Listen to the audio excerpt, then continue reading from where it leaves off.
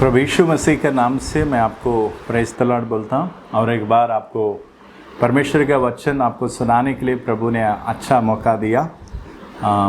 गुजरे हुए दिनों में आपको कुछ वचन आपको सुनाया, वीडियो के द्वारा कुछ वचन आपको बताया।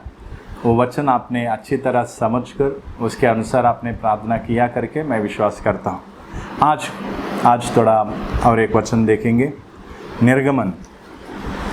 निर्गमन का 15 अध्याय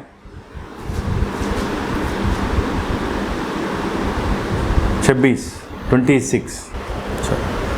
यदि तू अपने परमेश्वर यहोवा का वचन तन मन से सुने और जो उसकी दृष्टि में ठीक है वही करे और उसकी आज्ञाओं पर कान लगाए और उसकी सब विधियों को माने, तो जितने रोग ने मिस्रियों पर भेजे हैं उनमें से एक भी तुझ पर ना भेजूंगा, क्योंकि मैं तुम्हारा चंगा करने वाला यहोवा हूँ। इधर हम देखते समय क्योंकि तुम्हारा चंगा करने वाला यहोवा, मतलब इधर मिस्रियों के ऊपर परमेश्वर ने जितना रोग भेजे उसमें से एक भी तेरे ऊपर ना भेजूंगा, क्योंकि मैं चंगा करने वाला यहोवा। मतलब वचन के द्वारा हमको शांति कैसे मिलता?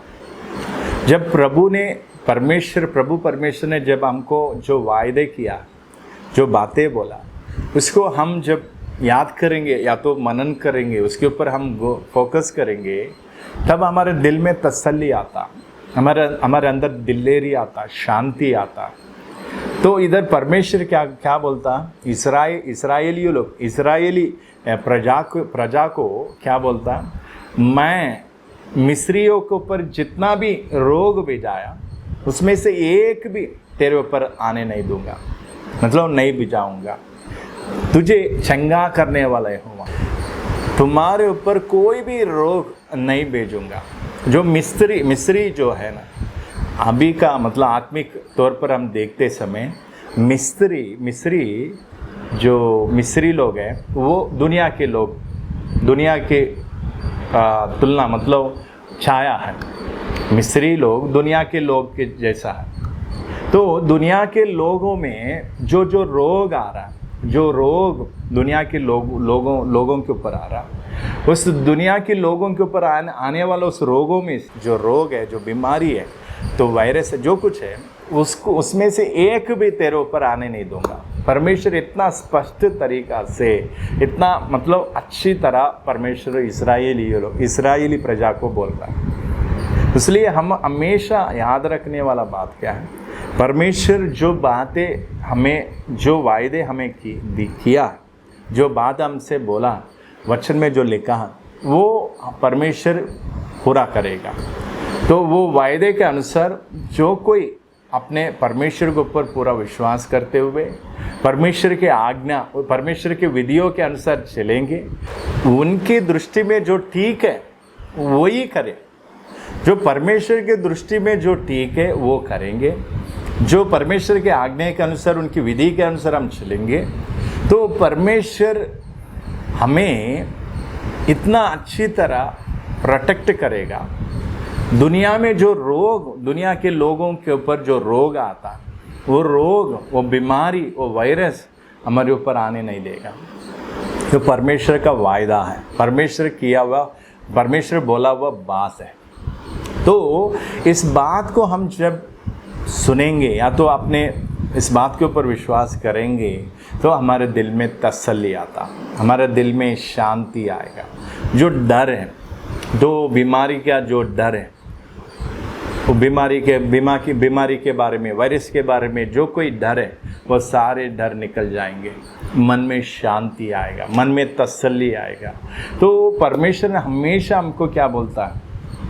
जो उनके दृष्टि में जो ठीक है, जो परमेश्वर ने दिया हुआ आज्ञा, तो विधि, उसके अनुसार हम जब चलेंगे, तो परमेश्वर हमको कोई भी बीमारी आने नहीं देगा, कोई भी बीमारी आने नहीं देगा।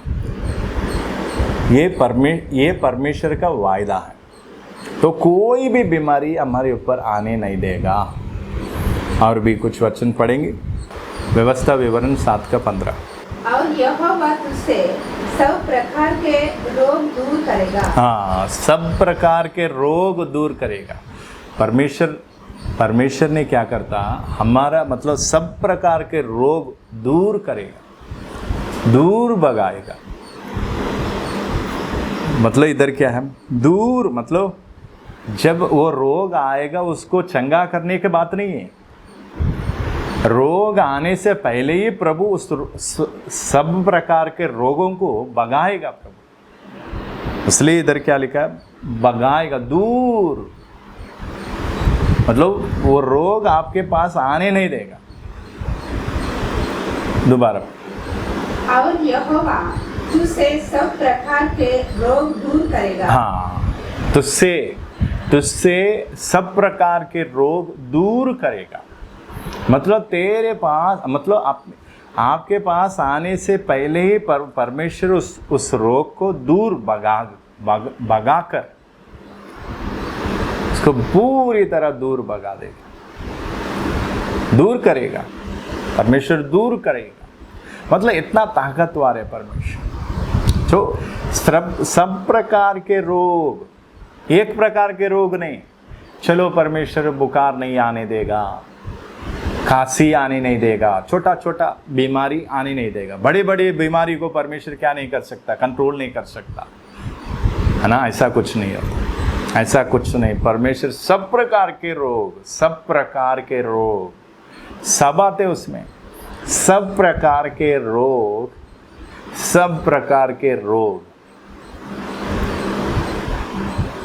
परमेश्वर आपको आने नहीं देगा, आपके पास भी आने नहीं देगा। दूर भगाएगा, दूर भगाएगा, दूर भगाएगा। क्यों? परमेश्वर आपको इतना प्यार करता है। परमेश्वर हमको इतना प्यार करता है। बीमारी हमारे ऊपर रोग आकर, और रोग के कारण हमारे पूरा हम क्या हो गया, दबकर पूरी तरह हम दुखी में, मतलब इसमें रहना प्रभु की मर्जी नहीं। कभी कभी हमको हमारा विश्वास को परीक्षा, मतलब हमारा विश्वास को परीक्षा करने के लिए प्रभु अनुमति देगा, वो अलग बात है। कभी कभी तो मिस्री का जो रोग है ना, उसमें से कोई भी रोग आपको आने नहीं देगा, आपके पास भी आने नहीं देगा। प्रभु उसको भगाएगा, प्रभु उसको भगाएगा। तो इसलिए इस बातों को हम जब सोचेंगे, इसको अच्छी तरह समझेंगे, हमारे मन में तसल्ली आता, शांति आता, दिलेरी आता। हाँ, मेरे पास परमेश्वर है। परमेश्वर इस रोग को, इस बीमारी को मेरे पास आने नहीं देगा, उसको भगाएगा। परमेश्वर उसको भगाएगा। मिस्री में जो जो रोग है ना, सारे रोग तेरे ऊपर आने नहीं देगा, उसको आने से पहले ही दूर करेगा। तो परमेश्वर इतना ताकतवर है, परमेश्वर इतना बला है। प्रभु हमको हर तरीका का रोग से हमको बचाए, हर तरीका का रोग से हमको बचाए। मेरे जीवन में भी बहुत सारे रोग, मतलब जो बीमारी लोग रहते हैं, उस बीमारी से पीड़ित लोगों को भी मैं सेवा किया, वचन बताया, उनके पास बैठ के प्रार्थना किया।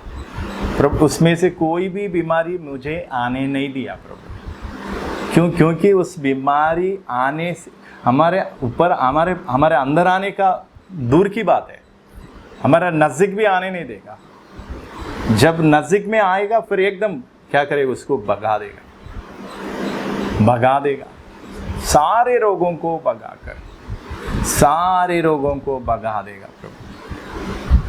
तो इसलिए हमेशा याद रखने वाला बात, परमेश्वर ने वायदा किया है, वादा किया, परमेश्वर ने वादा किया। उस वादा के अनुसार परमेश्वर हमको क्या करेगा, संभालेगा। इसलिए दिल में तसल्ली, दिल में दिलेरी आना चाहिए। कोई भी रोग आपके पास आएगा नहीं, उसको आपके पास आने से पहले प्रभु उसको भगाएगा, दूर भगाएगा, दूर भगाएगा। इसलिए तसल्ली के साथ रहे, दिलेरी के साथ रहे। जो वचन के अनुसार आप चलना चाहिए, वचन के अनुसार चलते हुए जो परमेश्वर ने जो वादा किया, उस वादा को निभाने के लिए परमेश्वर बहुत सीरियस रहता।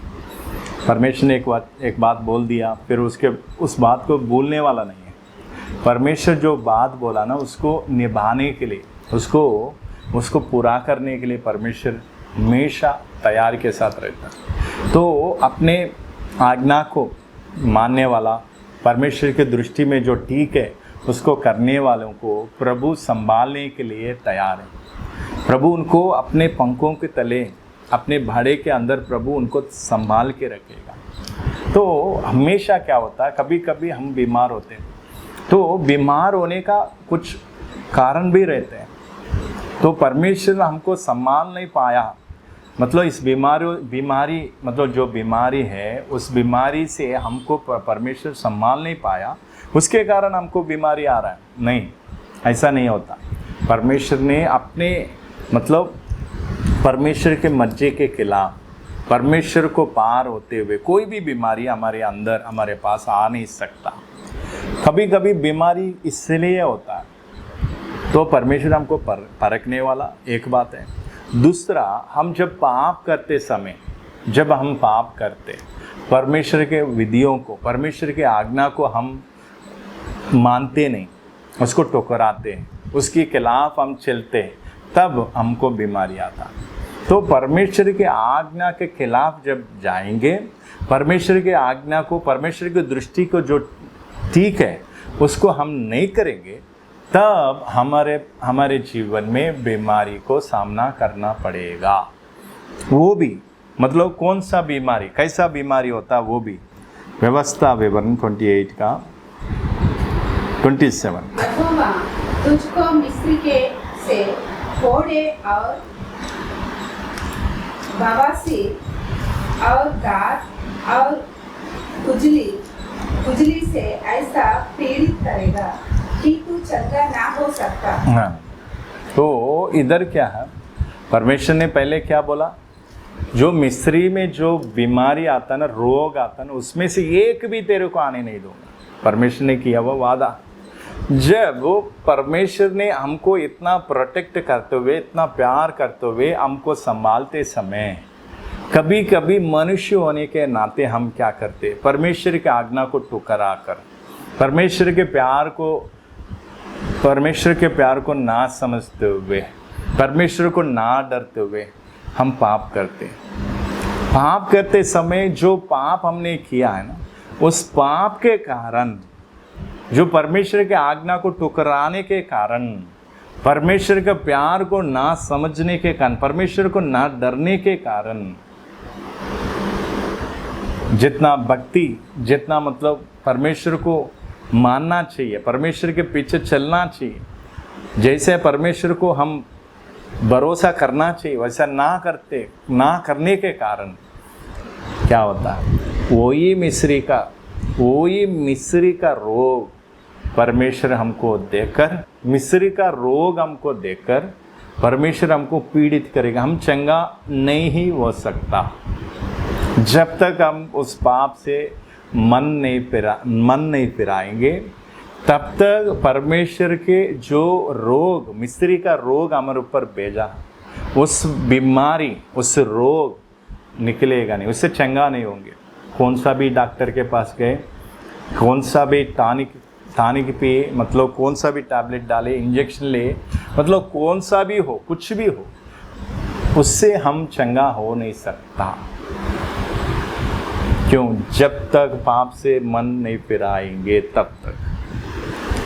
तो परमेश्वर हमको इस सारे बीमारियों से हमको संभालता, उनकी वादा, परमेश्वर वफादार है, हमको संभालेगा।